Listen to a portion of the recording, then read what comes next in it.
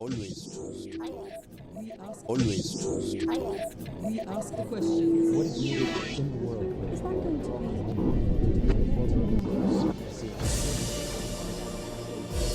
be? Today on Talk to Al Jazeera, how are our friends and neighbours unable to hear our voices really doing? There are 70 million deaf people around the world. Many of them are lacking basic assistance in places like hospitals, schools and in religious communities. Nashiru Abdulai was born in Ghana and lives in America. As a Muslim, he says his needs are often not understood, especially and perhaps ironically in the Muslim world. So, Nashiru became an activist. He's now the president of the Global Deaf Muslim Organization. Today on Talk to Al Jazeera, a conversation about religion, inclusiveness, and the people around us who cannot hear us. Thank you so much, first of all, for talking to Al Jazeera. Why do deaf Muslims need an organization to represent them as Muslims, not simply as deaf people? First of all, I want to thank you for giving me the opportunity to be here and talk with you. There are many different organizations in the world. Each was set up with the purpose of representing a group of people. If you look back through time, you will see that there weren't any organizations representing the deaf. When a group finally does have an organization representing their specific needs, it becomes an inspiration for that community. Think of this in terms of a deaf person going to the masjid for prayers or, say, a meeting. Everything will happen in spoken language. Obviously, a deaf Muslim won't know what is happening around them. They may ask themselves, who do I turn to? Who supports my cause? This is where an organization for deaf Muslims is necessary. It's the same concept as the UN. The deaf now have the World Federation of the Deaf. You also have different Islamic organizations, each representing the needs of their group. The same idea then applies to an organization championing the specific needs of deaf Muslims. Some people will say, why is there a need for a group? Why can't you just do it on your own as individuals?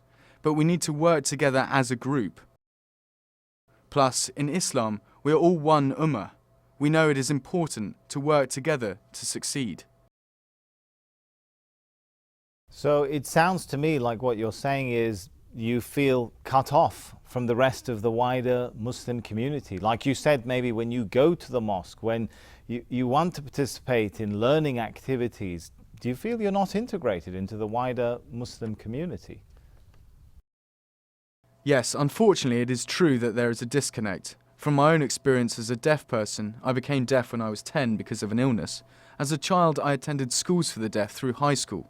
My bachelor's and master's degree were from a university that had a specific program for its deaf students. Throughout all my educational experiences, I acquired knowledge through American Sign Language, directly from the teachers at schools for the deaf or at university through the use of interpreters. So wherever I went, there was sign language. I also noticed other religions were providing interpreters to communicate in sign language with their deaf members. Yet when I looked to my religion, I noticed that there was nothing like that. Interpreting services for the deaf were not being provided. That got me thinking, what could be done? And moreover, what could I do about the situation? When I would go to the masjid for prayers, people would say that they didn't know anything about deaf people. That seems odd if you know that 90% of deaf children are born to non-deaf parents. What can happen is that the parents focus on their non-deaf children to educate them about their religion, leaving the deaf child behind, with the result that the deaf child grows up having learned nothing about Islam. Many deaf people leave Islam and convert to a religion that provides communication for them through sign language. We've seen this over and over again. It seems like Islam as a religion lags behind on this. In 2005, we established Global Deaf Muslim as a group. We were very involved in the Muslim events, local events and national conferences. We were often told by other Muslims that this was the first time they had met deaf people. I was shocked to hear that. Then again, sometimes it's the case that parents with deaf children are embarrassed because in their country it's a societal taboo to have a child that is deaf. Thus, people don't see the deaf children out in society. When folks move to America, they become more open about saying that their child is deaf, and the child becomes more active in society and in their religion. But that brings us back to the continued problems with having communication access. Then there are issues beyond just having interpreters. When I am at Friday prayers and the men and women are separate, I should tell you that in the US, most sign language interpreters are women, so the imam will tell us that the interpreter needs to stand where the women are praying. This means that the deaf men who come to Friday prayers cannot see the interpreter, ending up with no access to the khutbah. Really, in that situation, it's that the imam doesn't know enough about sign language communication. But you can see there are many different issues. Why do you think that's the case? When you look at some of the early verses of the Holy Book of Islam, the Quran, it focuses on, I guess you could say, two basic issues: the belief in one God, but then also, after that, the importance of paying attention to the needs of the less privileged of society. Why do you think that Muslim societies, as you said, seem to be the ones who are far behind everybody else when it comes to providing especially and catering especially for the deaf? This is a difficulty for the deaf Muslim community, the understanding of the Quran. There is a lot of misinformation that deaf people have about the Quran. We may live in one community, but each person has a different interpretation of Islam. For example, if I ask a deaf person for the explanation of the meaning of the Al-Fatiha, one person's answer will differ from the next. I may get as many answers as the number of people I ask. This same situation is very different when experienced by someone who is not deaf. When they struggle with the meaning of a surah in the Quran, they go to an Islamic scholar to get the right information, to have their questions answered, right? A deaf person doesn't know who to ask. Many deaf people grow up with ideas about Islam based on information from one family member to another, whether it is right or wrong.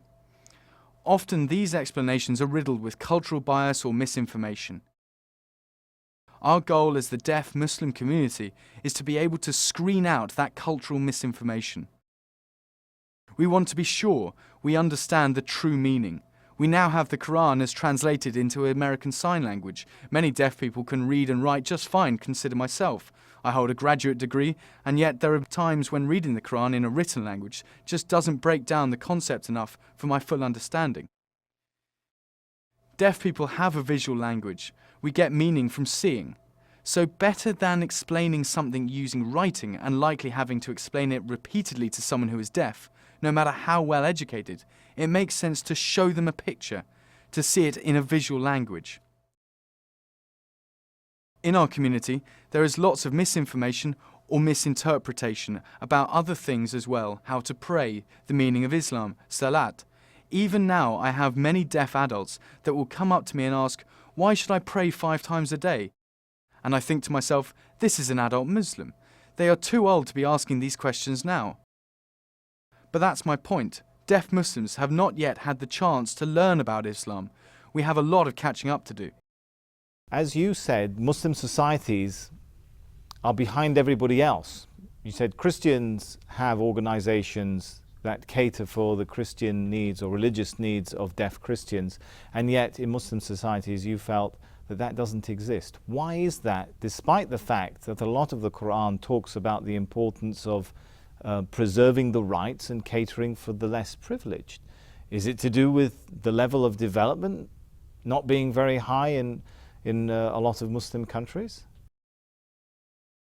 I wouldn't say that it's because of development or how a country is developing.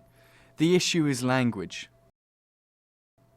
In the US, deaf people are educated. It's all about education, yet we, as deaf Muslims in America, have the same struggle as deaf Muslims everywhere. The reality is that the majority of the world is not deaf. They do not share our language, and that's the problem. We need to go through them to get what we want. It's not an issue of development. It's all about education. Education, knowledge, the desire to do something. Also, motivation is involved. That's the reason for America having more organizations for the deaf. Motivation by who? Like the deaf people are not motivated in Muslim countries?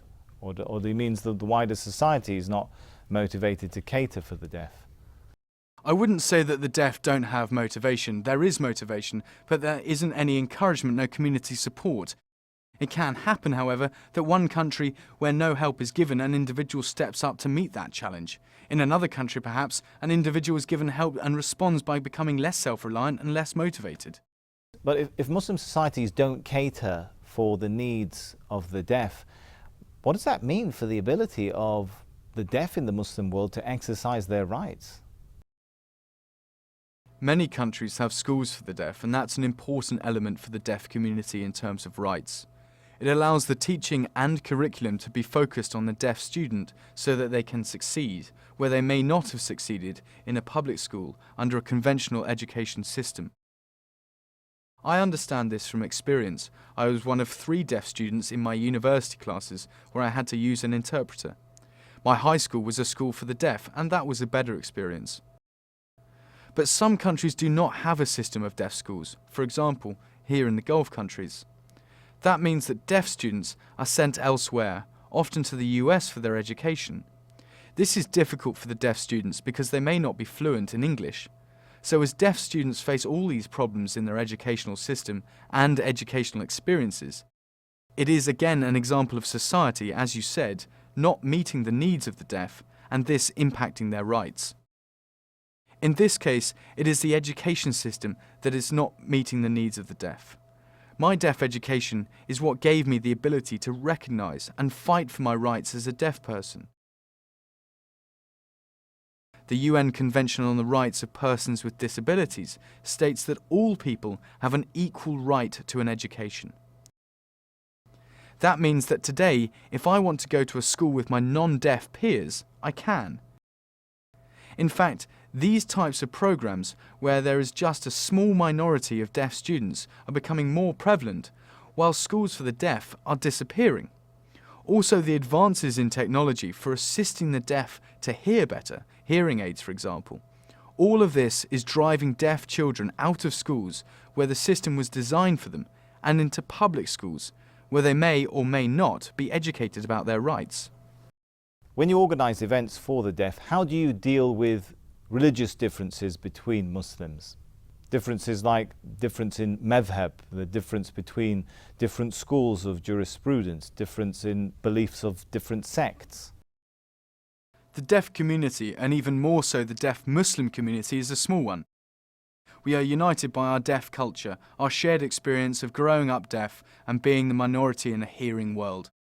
We tend to ignore the differences between one another or any differences between our nations. We focus instead, like I said, on our commonalities, our culture and deaf identity, our signed languages. That's what we share and that's what we focus on. Maybe people who are not deaf have time to think about their differences. Deaf people don't have time for that. Picture me making a friend. They might be Christian or Muslim or any other religion. I don't care about that. I don't go up to them and ask. I see a deaf person who knows sign language, and that's good enough for me. So does that mean, for example, if you're organising the Friday speech for a deaf community or you're organising an event for the deaf community, you might avoid certain subjects which Sunnis and Shias have a different perspective on, for example? We don't avoid any subject. Rather, we will confront whatever topics come up. In deaf culture, it is very appropriate to be direct. Some would even say blunt. It's sometimes a problem because it can be offensive to non-deaf people, even though for a deaf person it wouldn't be a big deal. So whatever topic comes along, we are happy to discuss it. The deaf community is so far behind on access to information about Islam that basic topics like why do we pray 5 times a day are more likely to be raised than anything divisive. It would depend on an issue coming to the foreground. The deaf community is happy to discuss any topic amongst ourselves, but for us to seek out differences, that doesn't happen. The deaf community worldwide has experienced oppression, so when we have a chance to get together and discuss Islam, we make the most of it. We focus on topics that are important to deaf people. Is there one language for deaf Muslims? I mean, there are deaf Muslims who are Arabs and Asians and Europeans, of course, as well. I mean, you have a lot of different cultures and languages to cater to. You're right when you say that deaf Muslims from different nations would of course have different cultures, but yes, they also have different sign languages. Sign language is not universal. When I meet deaf people from Qatar, I'm amazed at how different their language looks from mine. I've noticed too that the interpreting can get complicated. It might start as Qatari Sign Language, then be interpreted into spoken Arabic, from that into spoken English, and from that into American Sign Language for me. This is true of large deaf conferences as well. If you stop by the first International Deaf Muslim Forum tomorrow, you will see interpreters using a number of different sign languages, plus some working between two spoken languages. The goal is for any deaf person in the audience to be able to see the content of the conference in their own sign language. Now, I know the first Muslim Sign Language Dictionary has been developed. Tell me more about that and why that's so important. Qatar is the first country to have an Islamic sign dictionary. It's an impressive project, and really everyone deserves congratulations for all the work that went into it. I've travelled the world and I've not seen anything like it until getting here to Qatar. I remember my disbelief when I was first told about it, but was happy to see it was true when I arrived in Doha. Here in Qatar, the government strongly supports the deaf community. If there is something the deaf community needs, the government works to be sure the need is met. One difficulty we have in the United States is that there are so many languages, all competing for the government's attention. They could never have a government project supporting just one of those many languages. So Qatar was the perfect place for this to be created. There is just the one language, and you have a government that is so supportive of the deaf community. We brought the dictionary to the US, and deaf Muslims were overjoyed to use it to learn Islamic signs. They may think, how could this come from Qatar, such a geographically small country, but a small country with a huge accomplishment? Here we are, the US, a big country, and we are far behind on this. When I went to Saudi Arabia, so many people were talking about the dictionary from Qatar, and I noted that Qatar has strong leaders in its deaf community. It's really great. The dictionary is well structured and organised. We in the US will be using your language in our du'as, or other times when we need to sign Islamic terms. So I'm interested to know a little bit about your personal story. I always had a career path in mind. From the time I finished my bachelor's degree, my goal had always been to teach at a school for the deaf. It was what I really wanted to do. But something had happened to me years ago, even prior to starting college for my BA. What happened was a young deaf boy asked me, "Why does the Muslim community ignore deaf people?" I told him that one day things would be different. It was a promise I made to him. A few years after my BA, when I graduated with my master's degree, I recalled the promise I had made to that little boy. I decided to quit my job as an educational supervisor. At the time, I'd been supervising teachers at the Michigan School for the Deaf. Ever since then, I've been very enthusiastic about pursuing my current goal, making sure that the Ummah will be fully inclusive of deaf Muslims. But tell me a little bit more about where you were born, your family situation, and when you became deaf. You mentioned that you could hear until the age of 10. I'm from a large family. I have 6 brothers and 3 sisters, none of whom are deaf. No one in my family knows sign language, so communicating with them required me to try and lip read.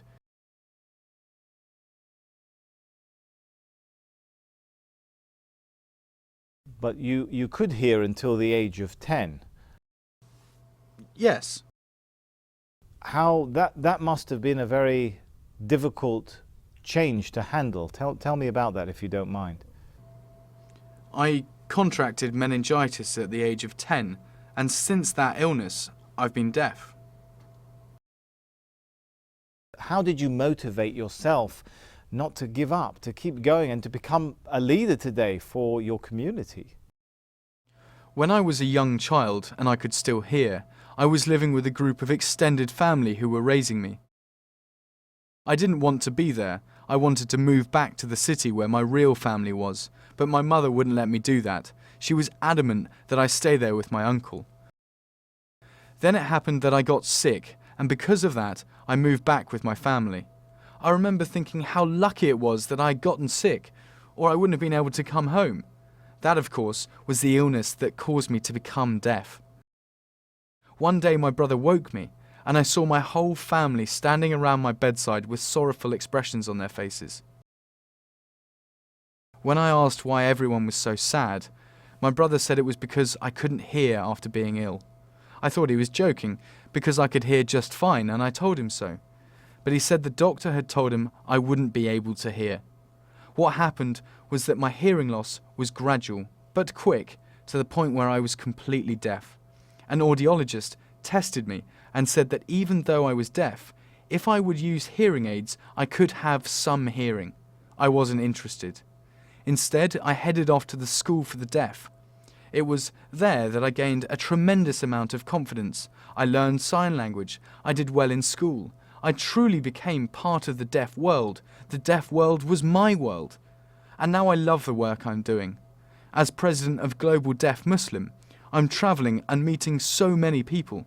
They look at me and see a living, breathing deaf person. They see that I can read and I can write. I have a good education and I'm doing the work that I love. Being able to hear just isn't that important to me. I don't need to hear to communicate because I have sign language. I mean, if a hearing person came into the deaf world and learned sign language, they might feel the same way about it. And then from the transition to deafness, you made another big transition in your life, and that's leaving Ghana and going to the US. You must have a lot of strength to keep dealing with these transitions that even for a hearing person is quite a challenge. It was a big challenge, you're right. The deaf community in the US has a saying: a deaf person can do anything except hear. I very strongly believe in that philosophy.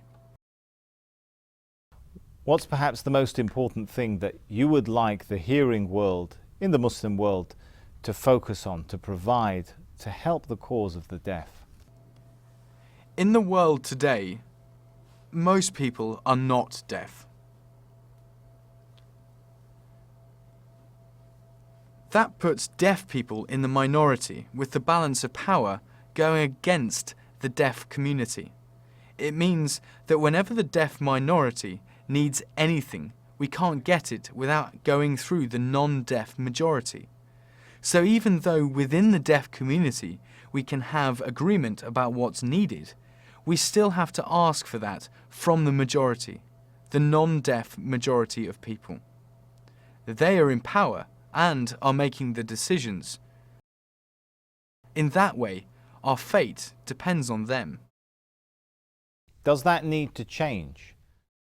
Do you need not to be so reliant on the hearing world? And is that possible? That is 100% possible. There's nothing we can't do.